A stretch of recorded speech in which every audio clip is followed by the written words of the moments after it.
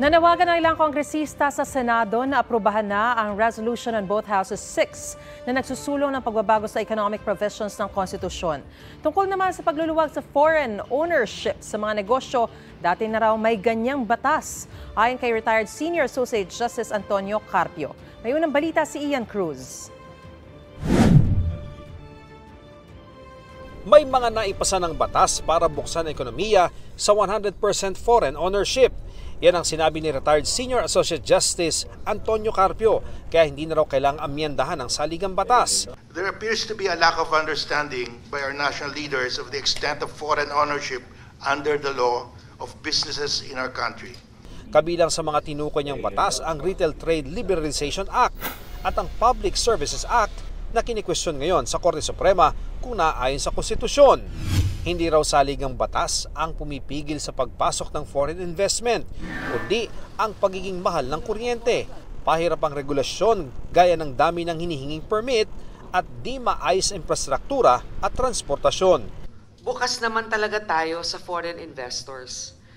We have made great strides in the past years liberalizing our economy without compromising our national security or leaving behind Filipino businesses.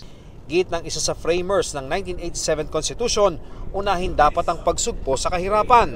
We do not need to amend the Constitution.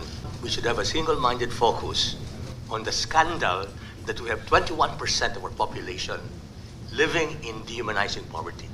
All of our neighbors in Southeast Asia have single-digit poverty incidents. Pero giit ng DTI, mahigpit pa rin ang regulasyon sa foreign investment.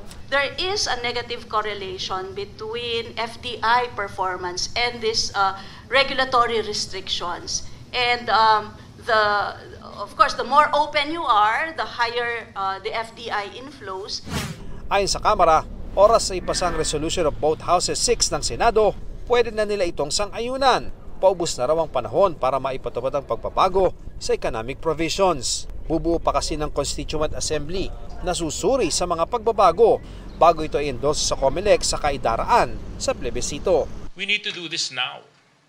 And we can't waste time when it comes to amending our Constitution. After the Senate acts and the House will meet, and assuming we agree in everything, ipaplebisito mo pa yan. You're talking about 2027 and 2028. And we all know by 2027, 2028, everybody's preparing for the presidential elections already. Itinigil na raw ang People's Initiative kaya itigil na rin sanang hidwaan ng Kamara at Senado. Although may mga disagreement kami with respect to the urgency or the deadlines, but at least, we can now have the poison in the atmosphere is no longer there. Ang sa amin is we will stick to healthy and democratic debate. Ito ang unang balita. Ian Cruz para sa GMA Integrated News. Mga kapuso, para una ka sa mga balita, mag-subscribe sa GMA Integrated News sa YouTube. Sa mga kapuso abroad, subaybayan niyo po kami sa GMA Pinoy TV at sa www.gmanews.tv.